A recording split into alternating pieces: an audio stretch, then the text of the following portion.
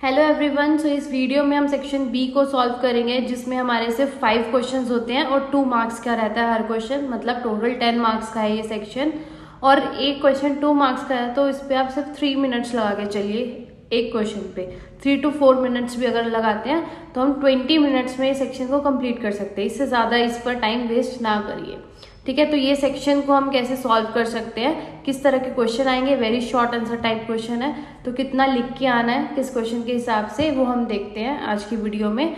So I am sharing my screen, जिसमें questions होंगे और हम आपको आंसर करके दिखाते हैं।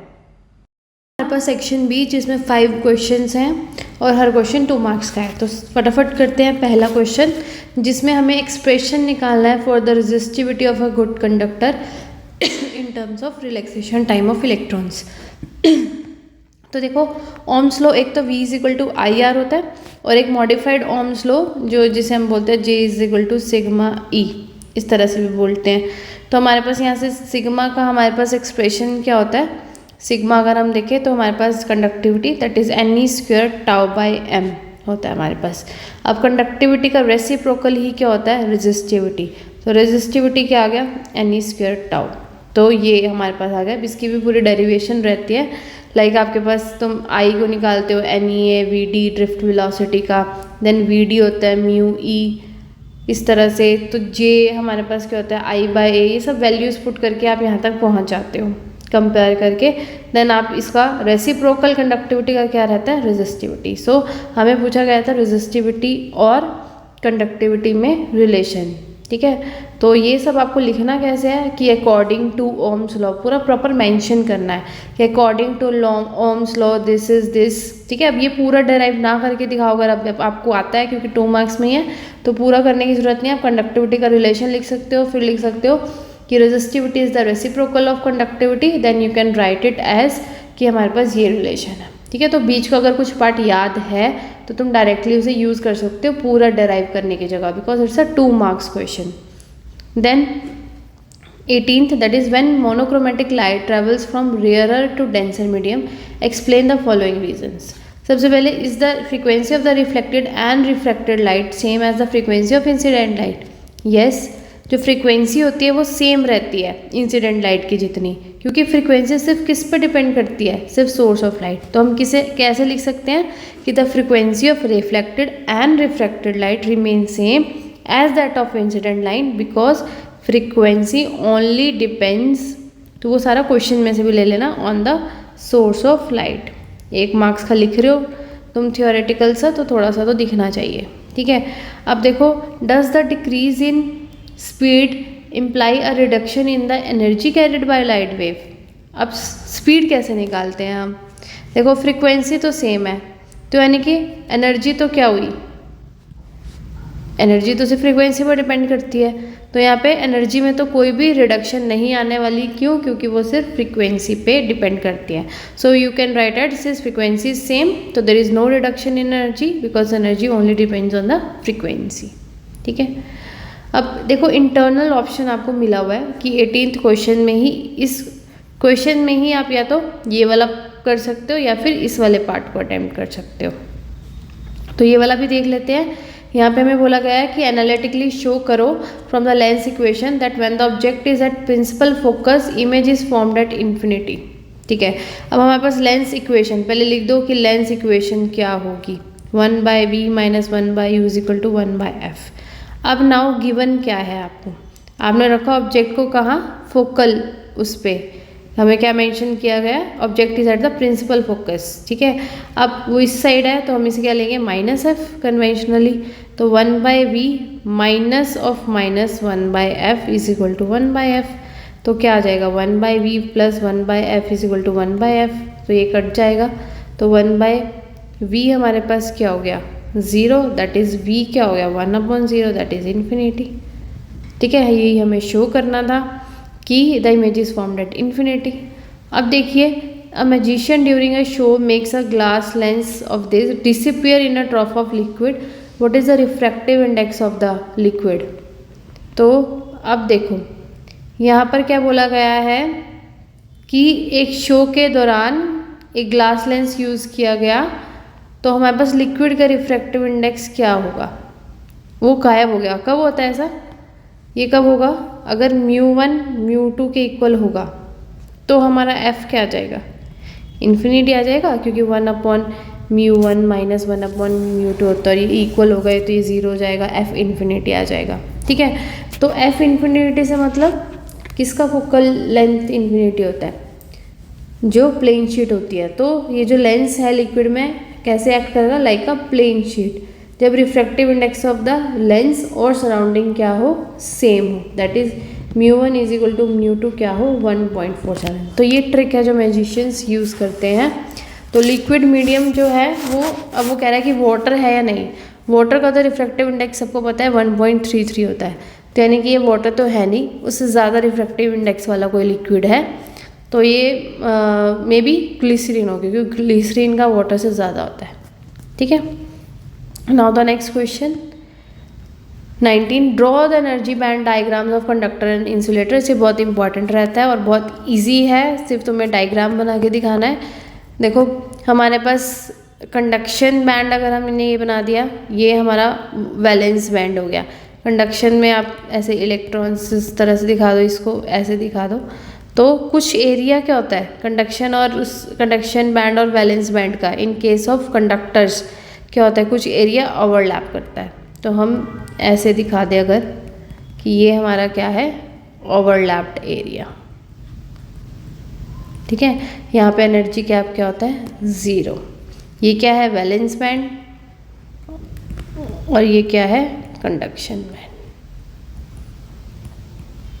ठीक है, और इंसुलेटर्स में तो क्या होता है? इनका गैप क्या होता है? Greater than 3 electron volt. अगर हम बात करते सेमीकंडक्टर्स की, तो ये gap less than 3 electron volt रहता। तो इस तरह से बनाना था, सिर्फ ये सिंपल क्वेश्चन था। Then 20th, 2 identical circular loops P and Q each of radius R, जिसका रेडियस R है, kept in the parallel plane having a common axis passing through O. The direction of the current of P is clockwise और Q की anti clockwise है। तो हमें magnitude बताना है net at O, इस सेंटर पे हमें बताना है। तो अब हमें पता है कि इसमें क्या फॉर्मूला आएगा, एक कोइल से कहीं इस पॉइंट में निकालना हो तो क्या होता है, ये magnetic field at a at an axial line पे, उसका फॉर्मूला क्या था हमारे पास? Magnetic field at axial line पे हमारे पास फॉर्मूला था μ0 I r² 2r² plus x² 3/2। ये कितने डिस्टेंस पे है? ठीक है, अब हमें बोला गया है कि दोनों क्या है? r डिस्टेंस पे है। उसके यहाँ पे भी बोला गया है हमें कि जो the direction of this which is equi distance from the loops P and this. तो हम ये 2r है तो इक्वी डिस्टेंस है, तो इतना कितना हो जाएगा? r हो जाएगा। ये भी कितना हो जाएगा? r हो जाएगा। तो हमारे पास अब इस डायरेक्शन में, क्योंकि ये यहाँ है, तो हम अगर राइट हैंड रूल लगाएं तो हमारे पास किधर जा रहा है? ये एंटी क्लॉकवाइज जा रहा है, तो डायरेक्शन ये आएगी। इधर क्लॉकवाइज जा रहा है तो इसकी डायरेक्शन क्या आएगी? इधर आएगी, सॉरी इसी साइड आएगी इसकी डायरेक्शन। तो हमारे पास क्या होगी? ये दोनों ऐड हो जाएंगे। अगर अपोजिट होता तो माइनस होता, अभी दोनों सेम डायरेक्शन में है, तो यानी कि B1 प्लस B2। अब देखो दोनों के डिस्टेंस इक्वल है, मतलब μ0 I r², यहाँ पर क्या आएगा तुम्हारे पास? 2r² plus r² 3/2। दोनों में सेम ही करंट है, यानी कि दोनों के लिए सेम। तो मैं इसको लिख सकती हूँ B is equal to 2 times of this r² plus r² 3/2। ठीक है, तो हम ये कट डाउन कर देते हैं। हमारे पास B क्या आ जाएगा? μ0 I r², ये कितना हो गया? 2r² 3/2। ये 2 से 2 कैंसिल आउट हो जाएगा। ये क्या आ जाएगा? μ0 I r² 2 3/2 और r³ तो ये क्यूब, मतलब खाली एक r बचेगा, ये कट जाएगा, तो क्या आ गया? μ0 I 2 3/2 r। तो ये आंसर आ जाएगा। Clear? Then the last question that is 21, work function of a certain metal is 2 electron volt when light of frequency this is incident on the metal surface, emission of electrons take place. ठीक है, एक का work function इतना है, मतलब minimum required energy इतनी चाहिए उसे, और हमारी इंसिडेंट फ्रीक्वेंसी इतनी है। तो हमें मैक्सिमम काइनेटिक एनर्जी बतानी है इलेक्ट्रॉन्स की और स्टॉपिंग पोटेंशियल बताना है। ठीक है, तो अब देखिए हमारे पास फाई नॉट हमें गिवन है work function 2 electron volt, that is 2 × 1.6 10⁻⁻19 joule. E हमें दिया हुआ है, ई हमें पता होता है, तो हम अगर इसे जूल में कन्वर्ट करना हो तो ऐसे करते हैं, जूल से इलेक्ट्रॉन वोल्ट में करना हो तो 1.6 10⁻⁻19 से डिवाइड करते हैं। ठीक है, और हमें क्या गिवन है, फ्रीक्वेंसी गिवन है, तो पहले जो गिवन होता है वो लिख लीजिएगा रे। ठीक है, तो अब हम देखें हमारे पास मैक्सिमम काइनेटिक एनर्जी कितनी होती है। आइंस्टाइन फेमस रिलेशन क्या, जितनी मैंने दी वो किस किस में यूज़ होगी, एक तो उसके वर्क फंक्शन में प्लस उसकी काइनेटिक एनर्जी में। ठीक है, तो मुझे काइनेटिक एनर्जी अगर देखनी है तो क्या होगा, h - फाई नॉट। तो इसको अगर ये 6.64 10⁻⁻34 लेके चले, फ्रीक्वेंसी हमें गिवन है 5 × 10⁻15, फाई नॉट हमें गिवन है, फाई नॉट हमारे पास क्या रहेगा 2 × 1.6 10⁻⁻19। तो अगर ये पूरा सॉल्व करें तो हमारे पास कुछ 29.95 10⁻⁻19 जूल आता है।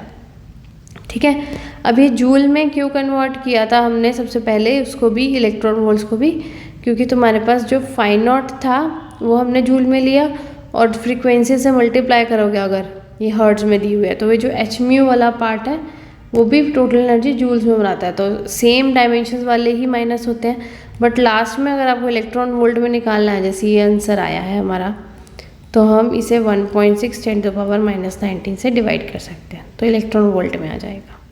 ठीक है, तो ये सॉल्व करेंगे तो आपका आ रहा है 18.7 electron volt. Now second part हमारा क्या था कि स्टॉपिंग पोटेंशियल कितना है। स्टॉपिंग पोटेंशियल कैसे होता है, काइनेटिक एनर्जी क्या होती है, कितने चार्ज को कितना पोटेंशियल से करा, सो V0 इज यही स्टॉपिंग पोटेंशियल है। क्या था ये कि जितने ज़्यादा मैक्सिमम जो काइनेटिक एनर्जी होगी जिस इलेक्ट्रॉन को, उसे रोकने के लिए जितना चाहिए, that is the stopping potential. तभी हमने करा था काइनेटिक एनर्जी और QV0। तो यहाँ से आ गया 18.7 इलेक्ट्रॉन वोल्ट बाय ई, ये ई से ई एक तरह से यही चार्ज है ये ई वाला, तो क्या आ जाएगा 18.7 volt. This is the answer. तो बस इतना ही सॉल्व करना था, very short answer type question में। तो हमें कितना टाइम लगा है उससे मैंने तो सारा आपको एक्सप्लेन करा है, उससे कम लगेगा, पर अप्रोक्सीमेटली 12 मिनट्स की वीडियो है। इसे पूरा लिखोगे थोड़ा और करोगे तो 15 मिनट्स लग जाएंगे। तो ये आपके 5 क्वेश्चन 15 मिनट्स में या 20 मिनट्स तक तो मैक्सिमम हो जाने चाहिए। ठीक है, नेक्स्ट वीडियो में हम करते हैं सेक्शन सी कि हम उसे कैसे लिख सकते हैं, किस तरह से अटेम्प्ट करना है। Okay, thank you.